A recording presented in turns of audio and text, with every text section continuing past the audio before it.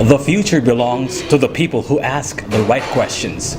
I'd like to ask interesting personalities of Cebu the hard questions, the controversial questions, questions nobody's thought of asking. I've always gravitated to the latest news about philosophy, religion, science, and politics. Some people think those are very divisive topics. I beg to disagree. Nobody has a monopoly on life's big questions. For half an hour, I will try to dissect on how these people think and hopefully gain insight and understanding. Join me in asking the right questions right now.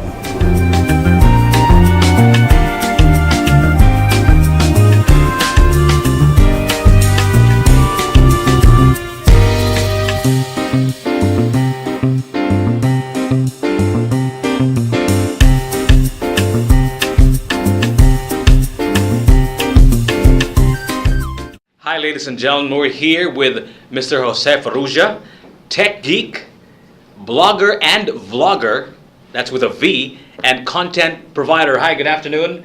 Creator. Content creator. Yes. Content creator, Mr. Jose Farrugia. Tell us about yourself, Mr. Jose Farrugia, sir.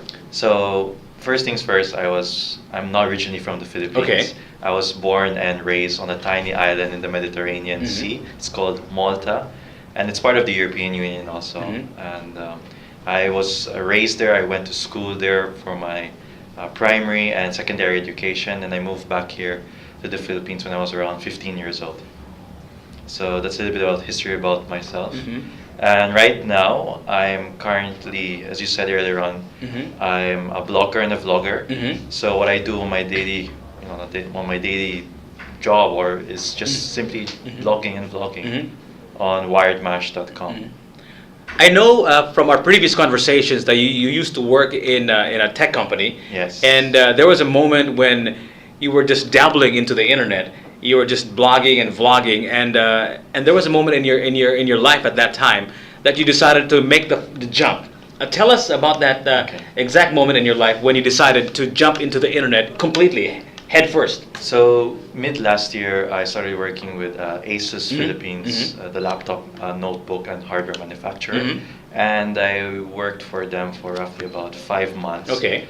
And then I decided to resign sometime last December last year, and just move on and fully focus on Wired Mash. And prior to resigning, I actually started, going into full-time, sort of part-time blogging with Wired Mash 3 months prior, and then I decided last December 2012 to finally quit my job and just fully focus on Wired Mash.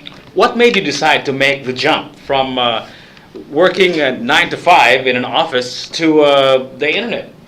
So basically, I just wanted to have full control of my time, and plus I didn't want to be sort of like a corporate slave, being under somebody. I wanted to be, my own boss, especially with my time.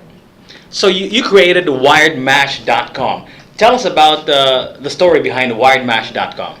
So I started it back October 12, 2012, last year. I created my YouTube channel, Wired Mash also, that's youtube.com/wiredmash. And prior to that, I had several other blogs. I started blogging way back in 2004. I was actually blogging for a Dutch technology online magazine. It was called Tech Connect. It's still around. And back in 2005, I moved on to my own blog, which is called xpsource.com. It's a daily blog about guides, tech-related guides in regards to Windows XP. And then in late 2005, I moved to the Philippines, so I didn't really have much time blogging anymore because that's when I started college at the University of San Carlos. And then it was an on and off routine in terms of blogging. So I created yet another blog called mangochico.com, and then on and off again. And up until I graduated, I started techdron.com. That was a technology blog, same as Wired Mash, but just focused on the technology niche. But now with Wired Mash, it's mostly on different categories. I've got technology, of course, gadgets, travel, and of course even current events, my own opinions. Okay, so speaking of current events, I know that your most viewed video blog or vlog is the one that involved you going to the DMZ. Tell us about that video, and tell us about why it has received so many hits all over the world. Okay, so the DMZ is, for some who are not aware, it's the demilitarized zone between North and South Korea, and it was set up after the Korean War. And anyway, I went there last year in April, and I managed to step foot for a few minutes in North Korea. It's a small building. It's like a small hut in the buffer zone, as they call it. And I just stepped foot inside North Korea. The doors are locked, so we won't need to worry about the North Korean soldiers, grabbing us or taking us hostage because the doors are locked. And right now, as you said earlier on, it's got roughly about 29,000 views on YouTube. Why the interest on that particular video? I took advantage of the tensions between North and South Korea last April, so I quickly edited that video, uploaded it, and I, of course, made sure there were the right keywords on it, like for example, North Korea, South Korea, DMZ, etc. And I kept on posting it on Twitter with the hashtag, I believe it was North Korea, and people got to know about it, people got to view it, and then that's how it became popular. You started going into the internet because of reviewing technology, or primarily because of that. That was the primary purpose or primary reason why you got into the internet in the first place. Of course, Wired Mash is still a technology review website, but it also does other subjects as well. So you've been reviewing a lot of gadgets for so many years now. In fact, one of the things that you do annually is to go to a big international tech event called Computex. Is that what it's called? Yes, it's called Computex. Okay, this is the one in Taiwan. And you did go there this year as well, last June. Yes, 2 weeks ago. 2 weeks ago. Tell us about your Computex 2013 experience in Taiwan. Why is it dubbed as the biggest technology show in the world? So that's when most of the technology companies would unveil or reveal their latest hardware components and gadgets and electronic devices. So it's quite well known. It's not just focused on consumer electronics like CES, which is a consumer electronics show in Las Vegas, which is held every year in January. So everything is covered. So that's where everybody in the tech industry, geeks, hardware folks just attend the show, even buyers and sellers, because that's a place where top distributors and suppliers like Best Buy, Costco, and other companies who would go to Computex and sort of create or negotiate deals with these technology brands. So this year's Computex, what stood out? What was the gadget that stood out? What was the new technology or new software that stood out among all the rest? Every year it's usually ASUS who does, who seems to do a good job in presenting or unveiling their products. And again, ASUS was the one that was actually who did a good job again in coming out with new products. They came out with 8 new products this year. I'll just mention a few. Yes, please. One of their top products is called the Asus Transformer Book Trio. I believe that's the whole name. Yeah, it's actually a notebook or an ultrabook with a detachable screen in which the tablet itself can run 2 operating systems. That's Android and Windows 8. That's the Transformer Book Trio. Then they have another one which is called the Asus PhonePad Note FHD 6, which is actually a 6-inch smartphone with a stylus similar to the Samsung Galaxy Note 2. And lastly, they had... So suffice it to say, ASUS did a good job as far as launching new technology is concerned.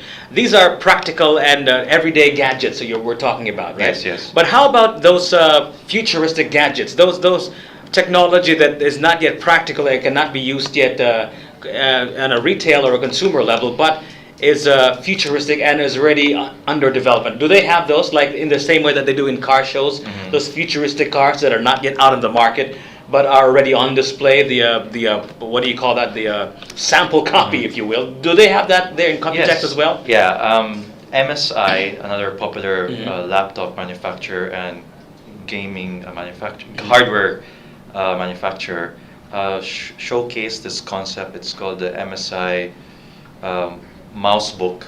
It's actually a laptop, an ordinary laptop, but you can remove the touchpad from its compartment, and you can use it as an external mouse.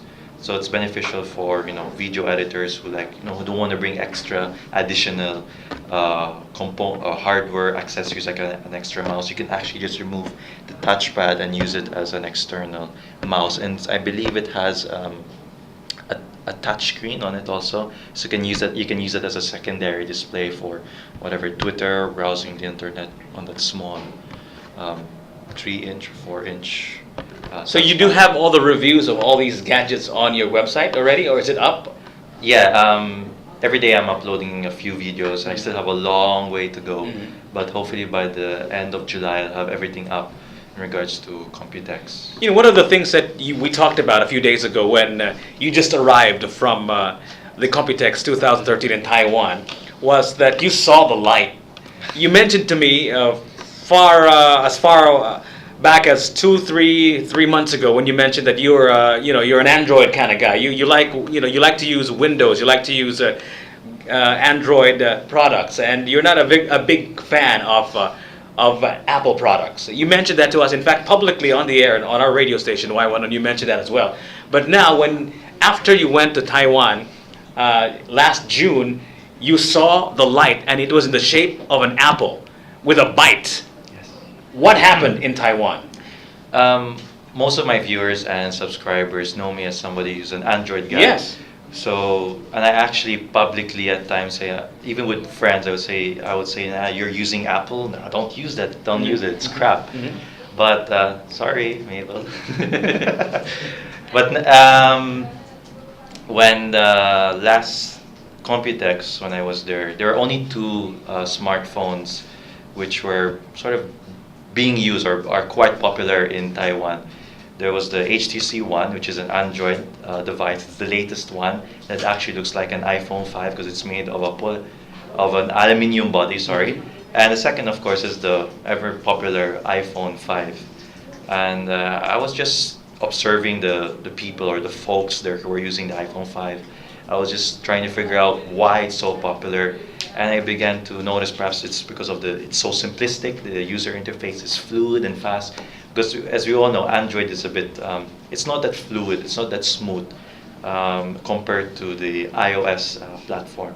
So I decided, especially a day after I arrived back here in the Philippines, in Cebu, there was the WWDC, which is the Worldwide Developers Conference, which is done by Apple, where they unveiled iOS 7 and the new MacBook Air. And I decided, well, okay, it's about time, maybe I should give it a try. And I'm actually not so happy with Microsoft anymore with terms of Windows, especially with Windows 8 and upcoming Windows 8.1, in which it's a crappy user interface. It's a Metro style interface in which the user has to use, it's touch oriented, and they're going the wrong way. They don't seem to be listening to the feedback of customers, especially when we've been asking Microsoft to put back the start button, which they have removed in Windows 8. So I've decided, okay, why don't I just shift to Mac since they listen to us? Everybody's got an iPhone or any sort of a gadget on hand. Everybody in the world seems to have one of those. And, it is definitely a force for good because we can communicate with each other faster, quicker. We can take photographs and videos faster. We can upload videos, at the snap of the hand.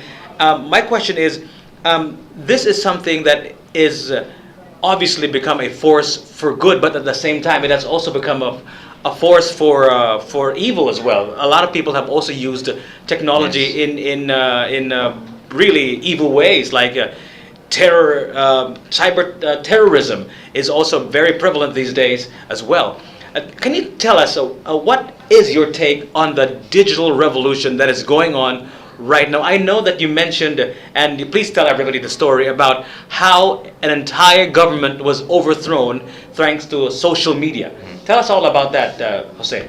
So a few years back, it was known as the Arab Uprising, in which it all started out in Tunisia, where several bloggers, not bloggers and social media advocates used social media such as Twitter and Facebook to organize rallies and protests.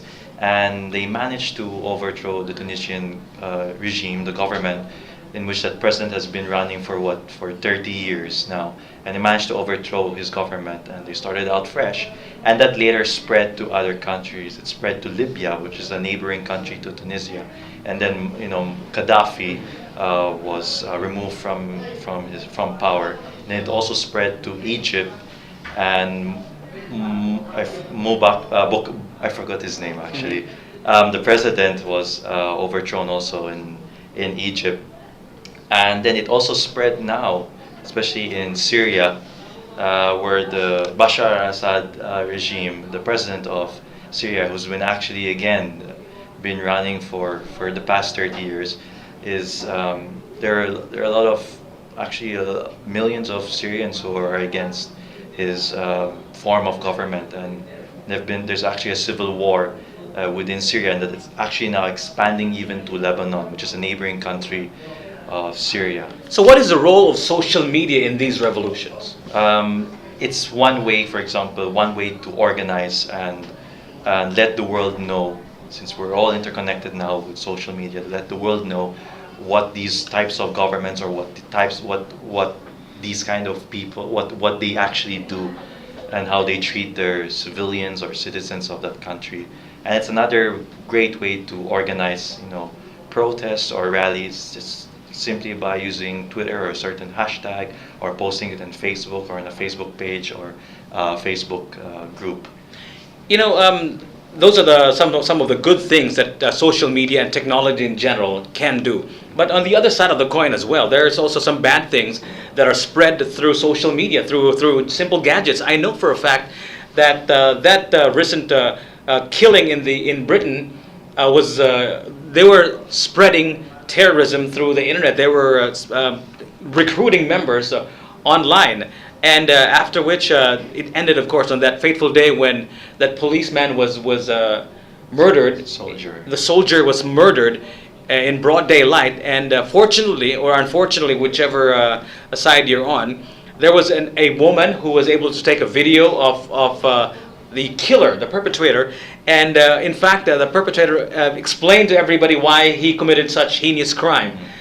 Tell us about the other side of the story, the bad things that they use social media and gadgets. The internet.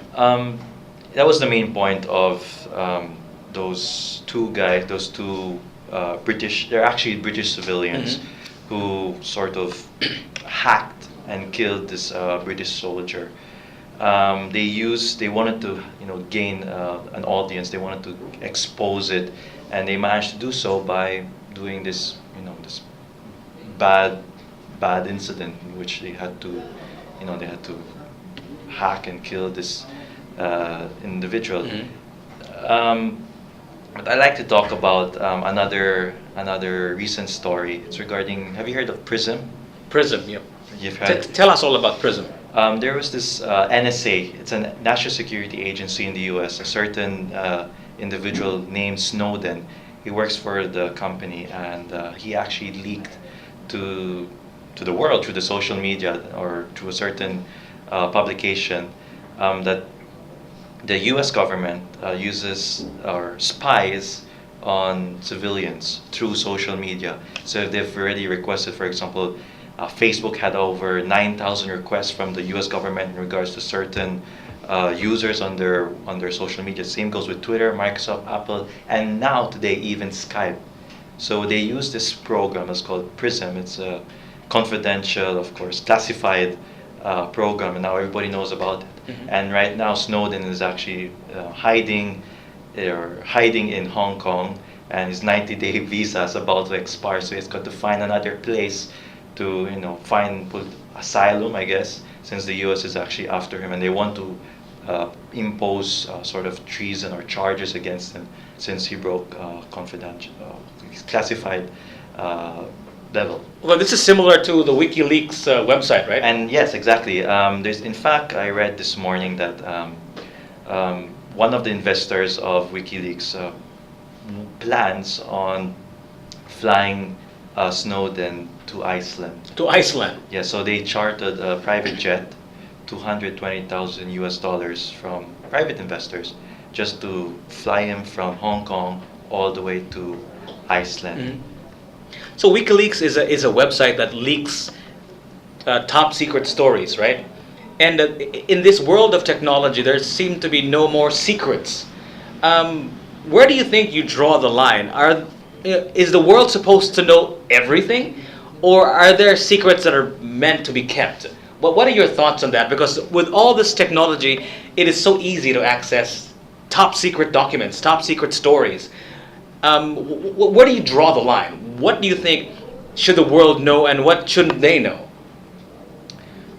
Nowadays, of course, with social media accounts, especially with Facebook, people have access to our personal or private lives already, unless, of course, you increase your privacy on Facebook or other social media accounts.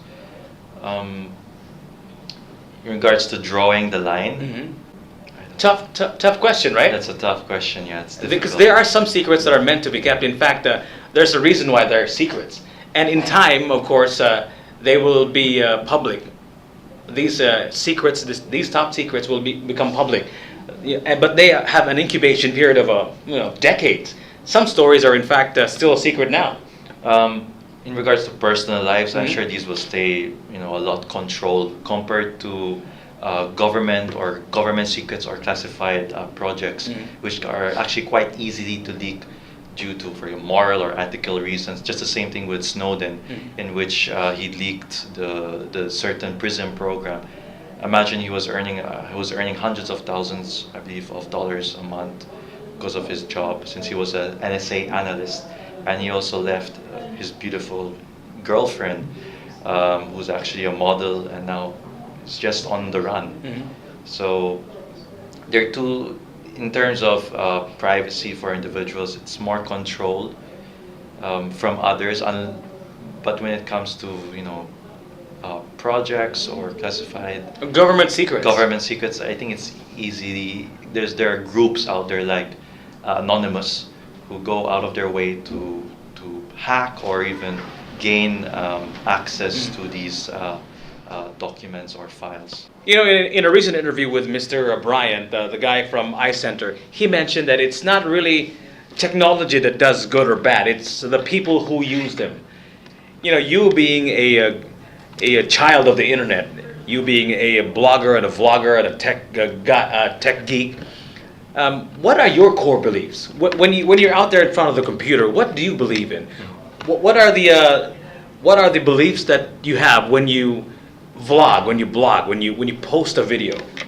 You've got to be responsible with what you post or discuss or even create content on the internet for, because it can always bite you back in the ass, if I don't mind saying. You've got to be responsible. That's the number one thing, and be careful of what you post, because at times, for example, libel. If you say something negative about a politician, and of course it's not true, you can be sued or a subpoena will be sent to you to appear in court. So you've got to be careful, especially with the cybercrime law, which is now actually which has been TRO'd already in regards to the libel section. You've got to be responsible with what you post. You have to make sure it's something positive and good. So, but that is just for your posts and for your videos and for your vlogs. But what I meant by core beliefs is, is there an underlying philosophy why you do what you do? When you open your computer, is there a reason why you get up every morning and post those videos, those blogs? Why do you have to go out of your way to go to North Korea, to the DMZ, just to post a video? What makes you do those things? I have to keep on living, I guess. It's my only way to sort of earn a living or live my everyday life. So that's why I look forward to when I wake up every morning. I have to make it a point. I know it's a home-based job. You just stay at home or go to cafes or Starbucks or Coffee Dream to work. But you've got to take control of your time and force, even if you're really lazy, you've really got to work hard and continue working because that's your job, right? You know, a person's core beliefs really seeps through the cracks, if you will, in what he does.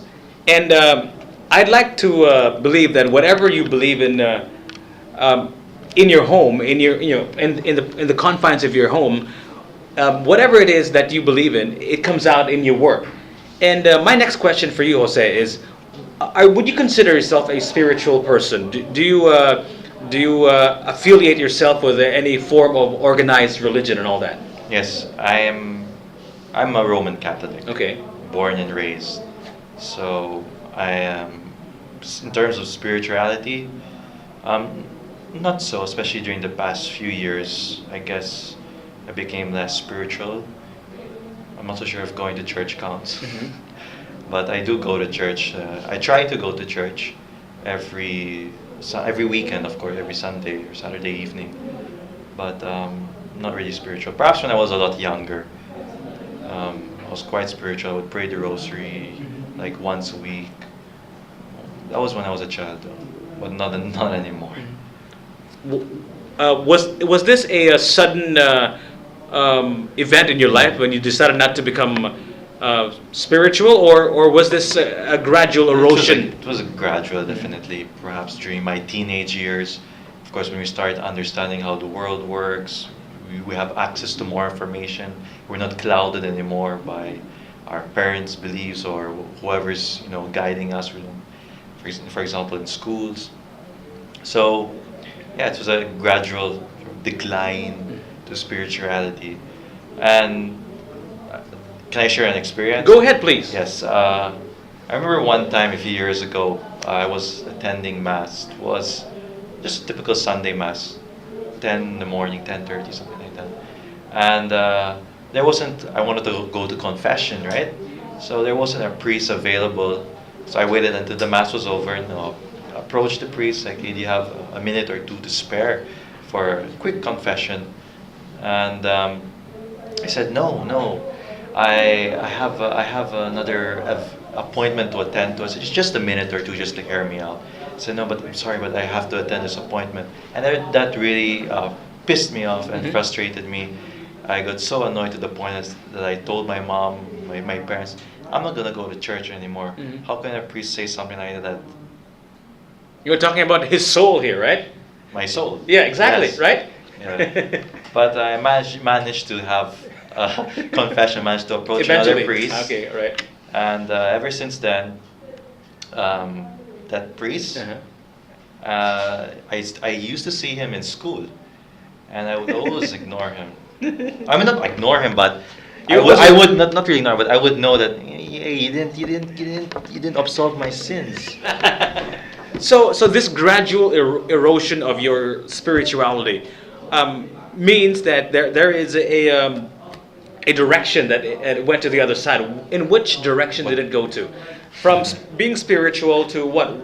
Where do you find your inspiration now? Because normally the person's spirituality is what keeps him alive, if you will. Now that you've slowly removed that from your life, where is it headed now?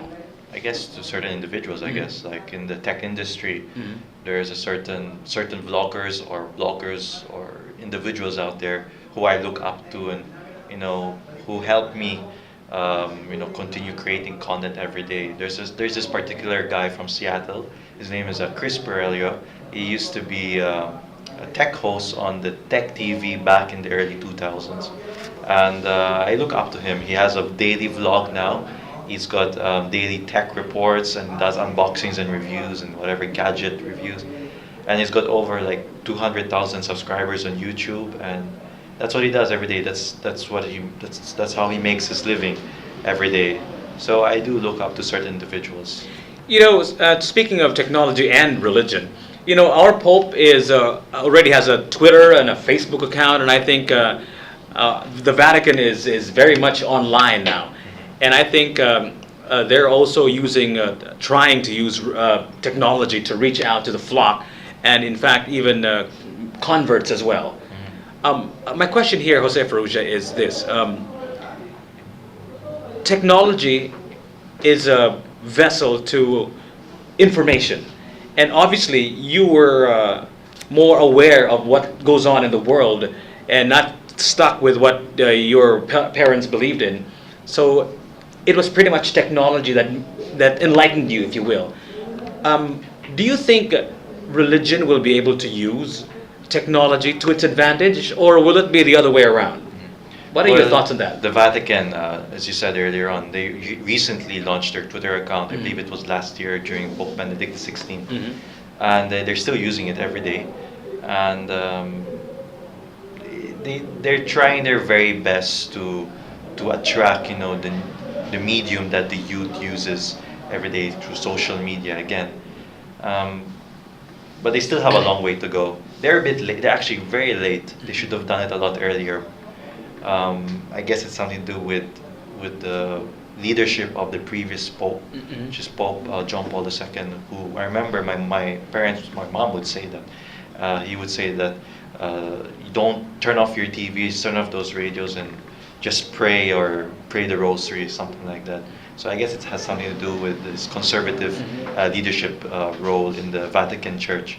But especially with the new Pope, Pope Francis, he's taking on a different role, and he's trying to really use the technology, to attract more converts or try to gain or regain back the several Catholic youth through social media. More traditional religions are sort of have a culture of secrecy. They want their people to read just one book. That's a traditional way of thinking. Now with technology, everybody has access to any kind of information, and they have access to both people who believe in what they believe in and the complete opposite. My question is, when people have access to infinite amounts of information, when everybody knows everything, aren't we in danger of almost thinking alike all over the world? The phenomenon of homogeneous thinking. Everybody thinks alike all over the world. Do you think that can be a good thing, or is that a bad thing? Everybody in the whole world thinking alike. Well, I would usually side on it's a good thing, actually. In terms of belief, it's not so good for the different religions around the world, because definitely people have access to more information, and they'll just probably walk away from their own religion. There'll be a gradual decline in terms of the number of people believing in that specific religion. Just like in the church, I believe it's in the Philippines or throughout the world, there's a slow decline of practicing Roman Catholics, because they have access to the internet or to more information or more data. So one of the world's favorite heroes or idols, if you will, is Steve Jobs, obviously, and I don't recall any time in history when a person from the world of technology is their god, if you will, right? Because of all this access to information, we have so much access to all these personalities and people who we look up to, and like you said, you follow on their website. So it's a pretty exciting time to be a citizen of the internet. What you do at wiredmash.com is exciting. What you do is you review technology. Aside from that, what are the other stories that you try to capture on your website? I mostly relate my travel experiences on Wired Mash. So whenever I, for example, attend a press conference or just go out on vacation, I always bring my camera around with me, and I would always relate my experiences through Wired Mash and on my YouTube channel. So that's the other category, which is travel. The next one is current events. I'm trying to get into that, and I might in fact create another blog just to focus on current events or or for example, there's a recent thing here in Cebu in regards to government red plate vehicles being used for personal use. So I might start out with that. I'll create a new blog and post pictures. Citizen journalism. That's right. Okay. And hopefully it will create awareness that others can will use it as a vessel to report these politicians or government individuals who use public property, taxpayers' money for their own benefit. If you don't mind, I can relate an experience. Go ahead. Yesterday, I was heading towards an appointment, and as I was passing by CATS, the Cebu Aeronautical Technical School in Lahog, I noticed a black Toyota Hilux vehicle, and from afar I was like, that might be a government vehicle because that's usually the color of their vehicles. And as soon as I got closer, the plate number was S, which of course is a red plate, and SHW, and I passed by slowly, and I wanted to see who was inside. It was just like a driver lying around with his hands clasped behind his head, and a few students from CATS who were in the car inspecting it, checking it out. The hood was up, and I moved forward, and then I said to myself, "Nah, this guy. I want to know why he's here. Why is he at this school? Is there an occasion?" So I reversed, and then I asked him. I said, "What's the occasion? What's going on here in Bisaya?" And he said somebody else approached. Another guy came to the picture, and it was the authorized individual who was supposed to be using the car. And I asked him, "What's the occasion?" And he said that he's allowed to use the government vehicle from Argao to Cebu City for vice versa for that particular day, for some apparent reason, because he's the SK chairman. And I asked him, "What's he doing here? Is this Argao? Is this okay? We're in Cebu City, but this is not the provincial capital." And he was obviously using it for personal reasons. And only to find out a few hours later, when I came back, the driver was still there, relaxing, waiting for this SK chairman of Cebu to return back and use that vehicle, a huge vehicle, an expensive 1.5 million vehicle, which definitely eats a lot of gasoline and whatever diesel, to bring him back to Argao.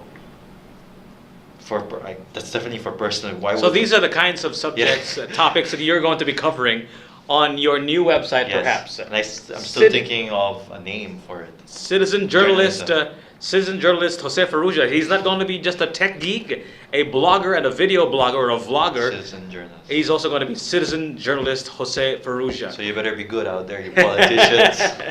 Jose, why don't you invite them to check out your blog, your website, your Twitter, your Facebook, etc. So you guys can find me on alive, hopefully tomorrow. Alive? Still alive, yes. I hope so. So you guys can find me on wiredmash.com. That's my main technology blog. You can also find me on YouTube, which is youtube.com/wiredmash. That's spelled wired, WIREDMASH. And you can find me on Twitter at twitter.com/wiredmash, Facebook, wiredmash also. And yeah, that's basically about it. Those are my social media accounts. Ladies and gentlemen, tech guru, vlogger, and now citizen journalist Jose Farrugia, or Farrugia. Farrugia. Yeah. Farrugia. I still can't get it right even at the end of the interview. Thank you so much. Thank you.